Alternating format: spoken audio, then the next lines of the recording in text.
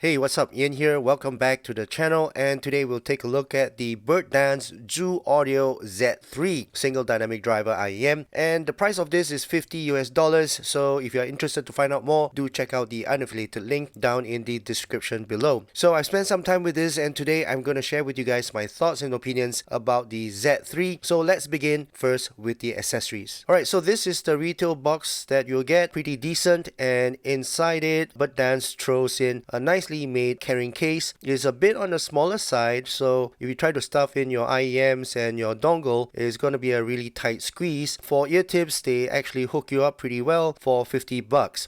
You get 3 sets of silicone ear tips, the liquid silicone, the narrow bore, and the wide bore. And on top of that, you get a pretty nice set of foam tips that are not cheap and they are not pre-molded, so which is a pretty nice touch. The cable is a 2-core cable and it's got a bit of a memory to it, and it can tangle quite easily, but the hardware like the 3.5mm headphone jack and the Y split are pretty well made, so it gets the job done. Now in terms of design and build quality, the quality is actually fantastic for the price. You're getting full CNC machine metal shells, not just metal faceplates on resin like a lot of budget IEMs. They have real solid premium weight to it. Now the design is simple and elegant with the Zhu Audio name pressed right onto the reflective faceplate, though that glossy finish definitely makes it a total fingerprint magnet. Alright, so let's talk about sound. First, let's go through the specifications of the Z3. Under the hood, there is a 10mm dual magnetic dual cavity dynamic coil, 6mm composite diaphragm dynamic unit. The diaphragm is a specially made bamboo fiber SEEK foam hanging edge diaphragm. Got PU plus peak composite diaphragm. The impedance is 32 ohms, sensitivity is 125 dB, and the frequency range is 10 to 50,000 Hertz. Alright, so in terms of gear compatibility, I tried this with my MacBook, PC, DAPs, and DACs, and because of its sound signature, I recommend pairing this with a more analytical, brighter solid state source, like maybe an ESS chip dongle. Now, because of its warm and laid back nature, pairing it with something that adds a little bit of upper energy and tightens up the bass would really help balance things out. Now, as for tone and timbre, I would say the Z3 leans heavily into that warm analog feel. It definitely avoids any sort of cold, clinical, or overly digital presentation. You get a really beautiful naturalness to instruments and voices. The overall tonal balance is undeniably warm and thick, focusing a ton on vocal forwardness while taking the treble energy down to a notch to keep everything sounding super relaxed. Alright, so let's move into the technical performance. First, let's talk about the soundstage. I wouldn't call it a massive 3D holographic projection. It's definitely more of a traditional stereo experience. You get decent width, so things spread out nicely from left to right, but it lacks that deep sense of depth and height. The sound separation and instrument layering is pretty moderate, I would say, for busy tracks. The left to right channel distinction is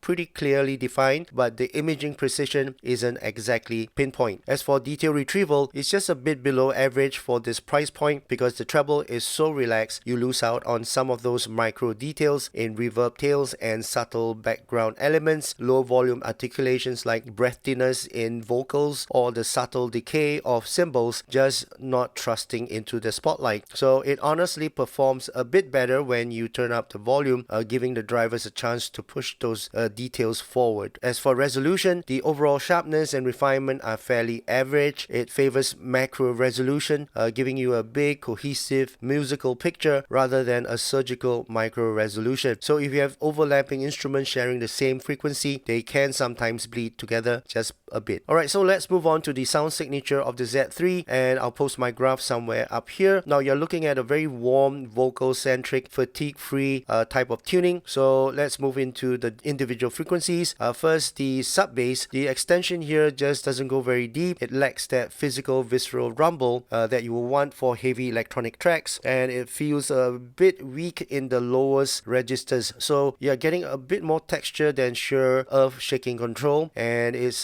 tightly controlled enough, but it doesn't have that presence presence. As for mid-bass, this is where the low-end energy lives, and it has really good punch and impact with a nice decay. There is a bit of bleed into the lower mids, which will give the note weight very thick and heavy characteristics. It is not bloated, but is definitely thick. Now moving on to the mid-range, is totally the star of the show, and it's highly forward, meaning the clarity of vocals and instruments is front and center. Both male and female vocal performances sound incredibly rich, full-bodied, and highly musical. As for the pinna gain, it rises fairly naturally to bring those upper mids forward, ensuring the tonal accuracy stays engaging. However, on some tracks with female singers who really push into the higher registers, it can occasionally come off as just a tiny bit unnatural or metallic, but for the most part, it completely avoids any shoutiness or sibilance. And finally, we come to the treble, and I would say the extension is noticeably rolled off and cut down. Now, you're just not gonna get a ton of air or sparkle up top, but the huge advantage of this is that harshness, peakiness, and fatigue are virtually non-existent. The trade-off though is that the perceived resolution drops, and it can sometimes sound a little muted or dark if you're used to brighter IEMs. Alright, so that's the overall sound signature of the Z3. Now let's compare this with another IEM, for example the 7Hz 02. Now the differences in tuning are pretty obvious. The 02 follows a much cleaner, more standard target with a better sub-bass shelf and a more extended natural treble. Now the Z3 is noticeably warmer, thicker in the mid-bass, and way more focused on making vocals popped. When you look at the differences in technicals, the 02 easily edges out on the Z3 in terms of detail retrieval and the overall micro resolution. Now because of that extra treble energy, but the Z3 gives you a far more lush, relaxed, and organic presentation that is way less fatiguing for long listening sessions. Alright, so let's conclude bringing it all together for the verdict. I would say for around $50, the Birddance Zoo Audio Z3 is a fantastic option if you want a beautifully built all-metal IEM that you can listen to all day without any ear fatigue, and it totally nails that warm analog vocal forward sound. So if you're a treble head or you need insane detail retrieval for competitive gaming, then you should probably pass on this one, but for anyone else who just wants to kick back, relax, and get lost in some rich vocals and thick acoustics, well, this is a really solid, comfortable IEM. Alright, so that's it for my overall thoughts and opinions about this Birddance True Audio Z3. I hope you guys enjoyed watching this video.